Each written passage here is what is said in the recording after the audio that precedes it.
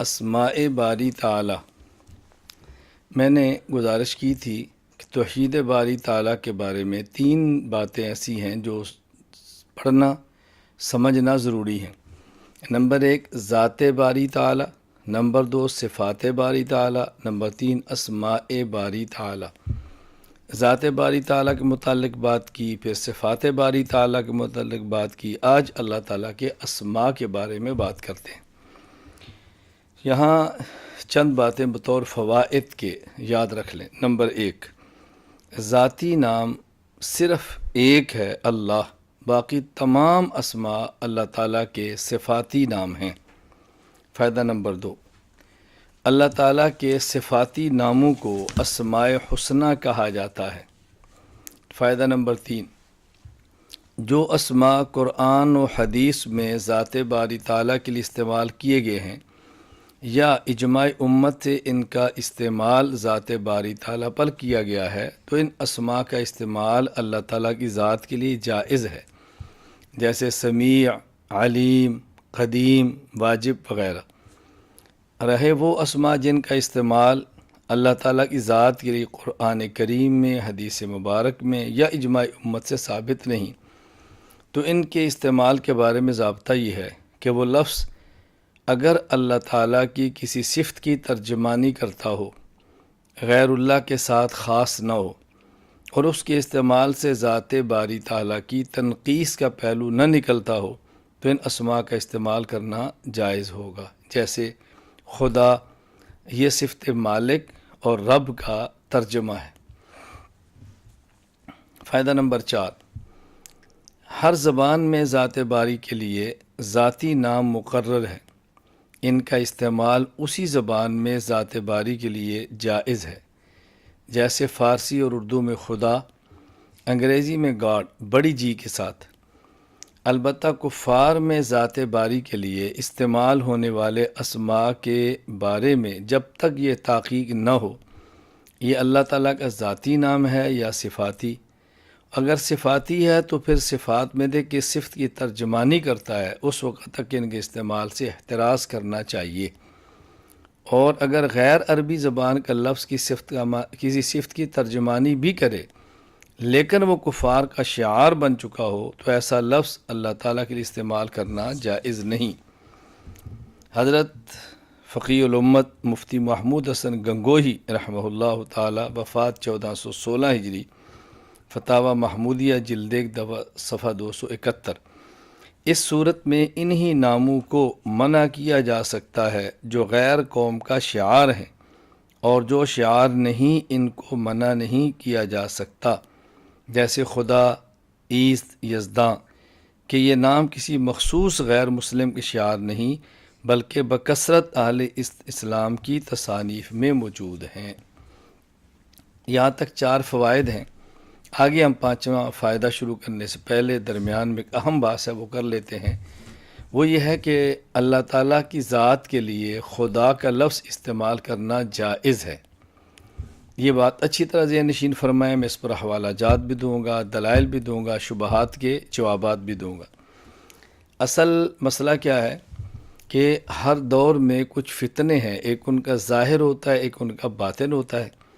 بظاہر ان کی آواز بڑی اچھی ہوتی ہے اور در حقیقت اس کے نیچے انہوں نے ایک فتنہ چھپا رکھا ہوتا ہے، جس کے لیے وہ الفاظ بڑے اچھے استعمال کرتے ہیں، بظاہر تعبیر بڑی اچھی لگاتے ہیں، تو وہ کم فہم طبقہ، کم علم طبقہ اس فتنے کے اندر مبتلا ہو جاتا ہے۔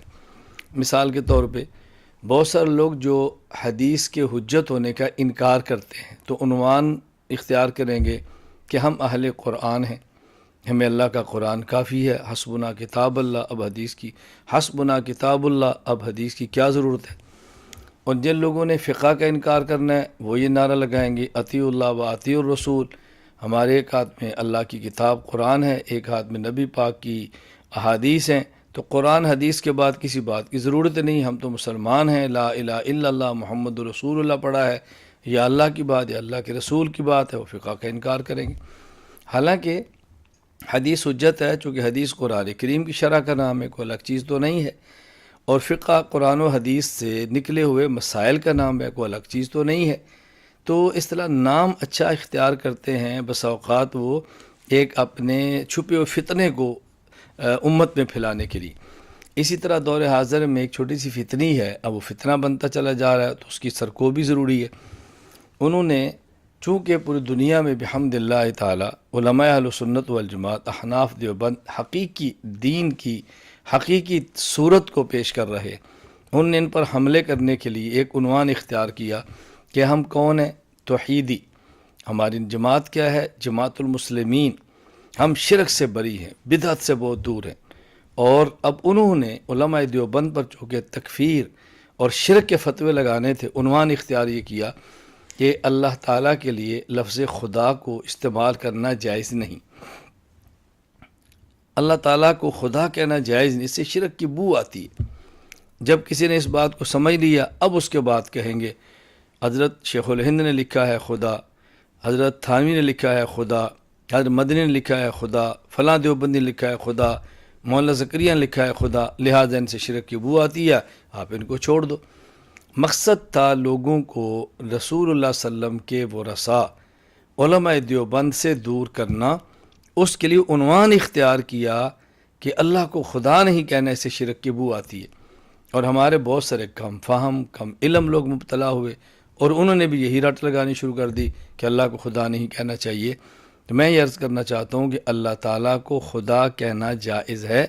پہلے آپ اکابرین امت کے حوالے سنیں، پھر آپ دلائل سنیں، پھر دین دشمنوں کے شبہات سنیں اور اس کے جوابات سنیں۔ حوالہ نمبر 1، سید الفقہاء امام اعظم ابو حنیفہ نعمان بن ثابت رحمہ اللہ تعالی، وفات 150 ہجری، الفقہ الاکبر میں فرماتے ہیں وَكُلُّ شَيْءٍ ذَكَرَهُ الْعُلَمَاء بِالْفَارِسِيَّةِ مِنْ صِفَاتِ اللَّهِ عَزَّ اسْمُهُ فَجَائِزٌ الْقَوْلُ بِهِ۔ اللہ تعالیٰ کی ہر وہ صفت جس کا ذکر علماء نے فارسی زبان میں کیا ہے، اس کا اطلاق ذات باری تعالیٰ پر جائز ہے۔ بڑی واضح سی بات امام صاحب رحمۃ اللہ علیہ نے فرما دی ہے۔ حوالہ نمبر 2، امام ابو عبداللہ محمد بن عمر فخر الدین رازی رحمہ اللہ، وفات 606 ہجری، تفسیر کبیر سورۃ الفاتحہ الاسم العاشر کے تحت فرماتے ہیں وقول بالفارسی خدایا معناه انه واجب الوجود لذاته لان قولنا خدایا کلمۃ مرکبۃ من لفظتین فی الفارسیہ احداهما خود ومعناه ذات الشیء ونفسه وحقیقته والثانیۃ قوله آئی معناه جاء فقولنا خدا معناه انه بنفسه جاء واشارۃ الی انه بنفسه وذاته جاء الی الوجود لا بغیرہ۔ فارسی میں اللہ تعالیٰ کو خدا کہنے کا معنی یہ ہے کہ اس کا موجود ہونا ذاتی ہے۔ لفظ خدا فارسی کے 2 لفظوں سے بنا ہے، ایک لفظ خود جس کا معنی ہے کسی کا خود موجود ہونا، دوسرا لفظ آئی جس کا معنی ہے آنا۔ ہمارا اللہ کو خدا کہنے کا مطلب یہ ہے کہ وہ خود بخود موجود ہے، اپنے وجود میں کسی اور کا محتاج نہیں۔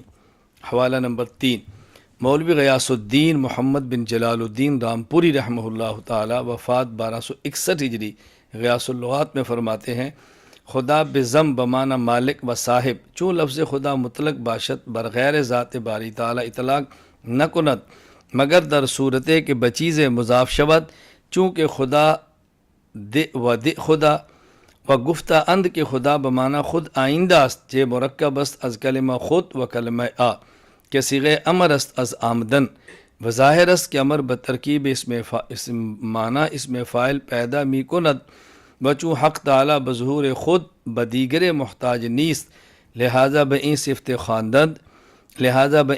خواندن از رشیدی و خیابان و خان آرزو در سراج اللغات نیز از علامت دوانی سو امام فخر الدین رازی ہمیں نقل کردہ۔ لفظ خدا خاکی پیش کے ساتھ مالک اور صاحب کے معنی میں ہے۔ جب لفظ خدا مطلق ہو تو حق تعالی شانوں کے علاوہ کسی دوسرے پر نہیں بولتے، مگر جس صورت میں کہ کسی چیز کی طرح مضاف، مثلا کہ خدا دے خدا، مثلا کہ خدا دے خدا۔ اور علماء نے لکھا ہے کہ لفظ خدا کے اصل معنی ہے خود ظاہر ہونے والا، یعنی جس کا وجود ذاتی ہو، کسی دوسرے کا محتاج نہ ہو، کیونکہ خدا کا لفظ 2 لفظوں سے مرکب ہے، خود اور آ کا لفظ آمدن سے امر کا صیغہ ہے، اور فارسی کا قاعدہ ہے کہ امر کا صیغہ کسی اسم کے ساتھ مل کر اس میں فاعل کا معنی دیتا ہے۔ چونکہ حق تعالیٰ شان اپنے وجود و ظہور میں کسی دوسرے کا محتاج نہیں، اس لیے حق تعالیٰ کے لیے صفت استعمال کی گئی۔ یہ مضمون رشیدی اور خیابان، یہ دو کتابوں کے نام ہیں، مضمون رشیدی اور خیابان سے ماخوذ ہے، اور خان آرزو نے سراج اللغات میں علامہ دبوانی امام فخر الدین رازی سے یہ نقل فرمایا ہے۔ حوالہ نمبر 4، مولانا محمد یوسف لدھیانوی شہید رحمہ اللہ، وفات 2000 عیسوی، آپ کے مسائل اور ان کا حل جلد 2 صفحہ 566 پر فرماتے ہیں، لفظ خدا حق تعالی شانو کے اسم ذات اللہ کا ترجمہ نہیں، بلکہ لفظ خدا فارسی کا لفظ ہے جس کے معنی مالک، صاحب، آقا اور واجب الوجود کے ہیں۔ اس کے اور فرماتے ہیں آپ کے مسائل ان کا حل جلد 2 صفحہ 567 پہ، لفظ خدا اپنے اصل معنی کے لحاظ سے حق تعالی شانو کا صفاتی نام ہے، یعنی وہ ذات پاک جس کا وجود اپنا ذاتی ہو اور اپنے وجود میں کسی دوسرے کا محتاج نہیں۔ اس لیے اس لفظ کا اطلاق حق تعالی شانو کے علاوہ کسی دوسرے پر نہیں ہوتا، اور یہ کہ یہ لفظ عربی لفظ مالک اور رب کا ہم معنی ہے۔ جس طرح عربی میں لفظ رب مطلق بولا جائے تو اس کا اطلاق حق تعالیٰ کے سوا کسی کے لیے جائز نہیں، البتہ اضافت کے ساتھ استعمال کیا جائے، مثلا رب المال، مال کا رب، رب البیت، گھر کا مالک، تو اس کا اطلاق دوسروں پر بھی ہوتا ہے۔ اسی طرح خدا کا لفظ جب مطلق بولا جائے تو اس سے مالک علی الاطلاق مراد ہوتا ہے، اور وہ حق تعالی شانو کی ذات پاک ہے۔ اور جب یہ لفظ اضافت کے ساتھ بولا جائے، جیسا کہ خدا گھر کا مالک، دے خدا گاؤں کا مالک، تو یہ لفظ اضافت کے ساتھ دوسروں کے لیے بھی استعمال ہوتا ہے۔ اللہ تعالیٰ کے لیے مالک کی جگہ لفظ خدا کہنا جائز ہے، اس پہ آپ دلائل سماعت فرمائیں۔ دلیل نمبر 1، سورۃ الاعراف آیت نمبر 180، وَلِلَّهِ الْأَسْمَاءُ الْحُسْنَى فَادْعُوهُ بِهَا، اللہ تعالیٰ کے اچھے اچھے نام ہیں، ان ناموں سے اللہ تعالیٰ کو پکارو۔ دیکھیں اس آیت سے معلوم ہوا کہ اللہ تعالیٰ کے صفاتی نام بہت سارے ہیں جن کے ذریعے اللہ تعالیٰ کو پکارنا جائز ہے۔ ان صفاتی ناموں بعض ایسے بھی ہیں جن کا عربی زبان کے علاوہ دوسری زبانوں میں ترجمہ کیا جا سکتا ہے، جیسے لفظ رب اور مالک ہے۔ مولانا محمد یوسف لدھیانوی شہید رحمہ اللہ تعالیٰ، آپ کے مسائل ان کا حل جلد نمبر 2 صفحہ 565 فرماتے ہیں، ذاتی نام کا ترجمہ تو کسی زبان میں بھی نہیں ہو سکتا۔ اللہ تعالیٰ کے جو صفاتی نام ہیں ان کا ترجمہ اور مفہوم دوسری زبانوں میں ادا کیا جا سکتا ہے۔ اس لیے اللہ تعالیٰ کو جو خدا کہا جاتا ہے، یہ اس کے صفاتی نام مالک کا مفہوم ادا کرتا ہے۔ یہی وجہ ہے کہ اللہ تعالیٰ کے سوا کسی کو نہیں کہا جاتا اور نہ کہا جا سکتا ہے۔ اس لیے اللہ تعالیٰ کو خدا کہہ کر پکارنا سورہ اعراف کی اس آیت وَلِلَّهِ الْأَسْمَاءُ الْحُسْنَى فَادْعُوهُ بِهَا کے ذیل میں آتا ہے۔ دلیل نمبر 2، کُلُّ شَيْءٍ هَالِكٌ إِلَّا وَجْهَهُ، سورۃ القصص آیت نمبر 88، اللہ پاک کی ذات کے علاوہ ہر چیز فنا ہونے والی ہے۔ مولانا محمد ادریس کاندلوی رحمہ اللہ تعالی، وفات 1394 ہجری، معارف القرآن جلد 6 صفحہ 181 میں اس آیت کے تحت فرماتے ہیں، کسی شے کا وجود ذاتی اور خود بخود نہیں۔ خدا کو خدا اس لیے کہتے ہیں کہ وہ خود بخود ہے اور اس کا وجود ذاتی ہے۔ اس کے سوا جو چیز بھی موجود کہلاتی ہے تو اس کا وجود خدائے واجب الوجود کے سہارے سے ہے۔ یہاں بات نشین فرما لے کہ معارف القرآن 2 ہیں، ایک مفتی محمد شفیع صاحب رحمہ اللہ کی اور ایک مولانا محمد ادریس کاندلوی رحمہ اللہ کی۔ دلیل نمبر 3، دیکھیں قیاس شرعی، جب اللہ تعالیٰ کے دوسرے صفاتی ناموں کا ترجمہ دوسری زبانوں میں جائز ہے، مثلا رحمان کا ترجمہ مہربان ہم کرتے ہیں، تو پھر رب کا ترجمہ کیوں جائز نہیں؟ اچھی طرح بات سمجھ لیں۔ اسی طرح رب کا ترجمہ پروردگار کرتے ہیں تو مالک کا ترجمہ خدا کرنا کیوں جائز نہیں؟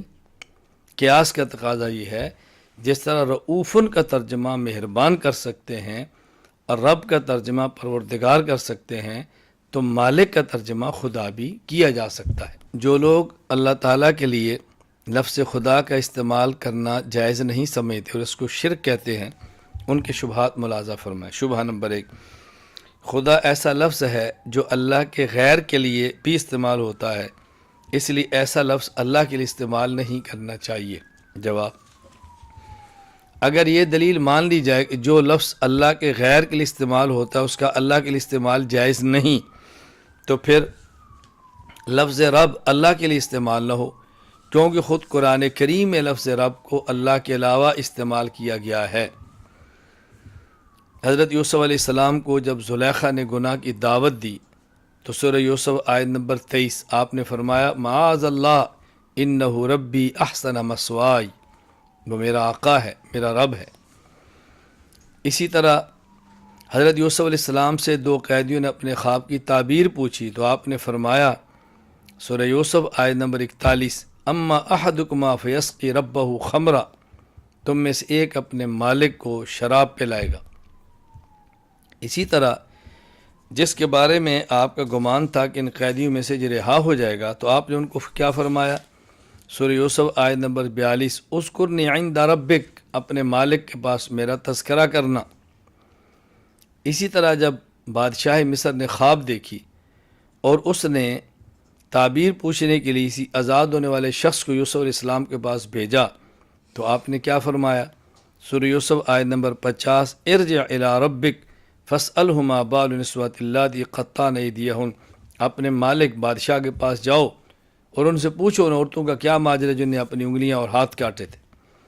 نمبر 2 سمیعن، یہ قرآن کریم میں اللہ کے لیے استعمال ہوا ہے۔ سورۃ سبا آیت نمبر 50 انہ سمیع قریب، اور یہی سمیعن سمعن سے بندوں کے لیے بھی استعمال ہوتا ہے۔ سورۃ البقرہ آیت نمبر 75 افتطمعون ان یؤمنوا لکم وقد کان فریق منہم یسمعون کلام اللہ ثم یحرفونہ من بعد ما قالوہ ہم یعلمون۔ اچھا، اسی طرح لفظ رؤوف قرآن کریم میں اللہ کے لیے استعمال ہوا ہے۔ لفظ رحیم قرآن کریم میں اللہ کے لیے استعمال ہوا ہے۔ سورۃ البقرہ نمبر 143 ان اللہ بالناس لرؤوف الرحیم، اور یہی لفظ رؤوف الرحیم قرآن کریم میں غیر اللہ حضور اکرم صلی اللہ علیہ وسلم کے لیے بھی استعمال ہوا ہے۔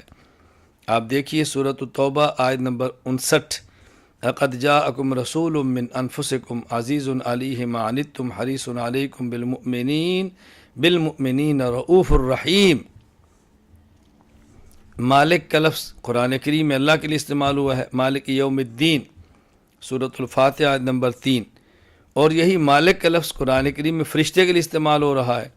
سورہ زخرف آیت نمبر 77 یا مالک لیقضی علینا ربک۔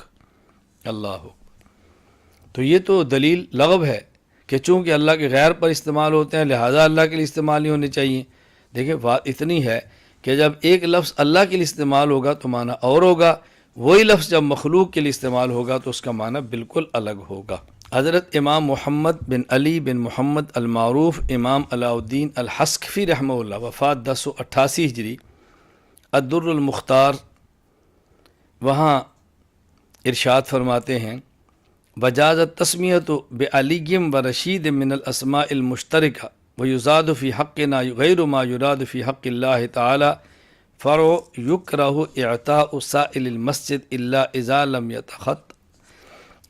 یتخط رقاب الناس۔ کتنی واضح بات ہے کہ جب ایک لفظ علی اور رشید مشترک ہے، اللہ کے لیے استعمال ہوگا تو معنی اور ہے، اور جب بندے کے لیے استعمال ہوگا تو معنی بالکل الگ ہے۔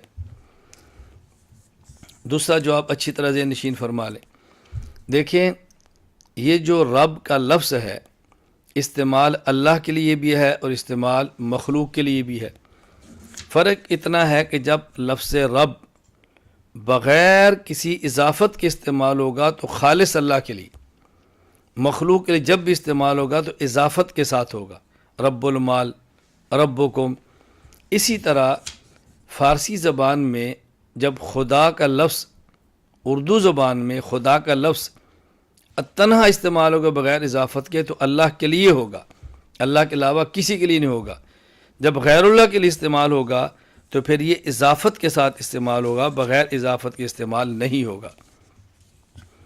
غیاث اللغات مولوی غیاث الدین محمد بن جلال الدین رامپوری رحمہ اللہ، وفات 1261 ہجری، وہ فرماتے ہیں چون لفظ خدا مطلق باشد بر غیر ذات باری تعالی اطلاق نہ کند مگر در صورت کہ بچیز مضاف شود چون کہ خدا و دے خدا۔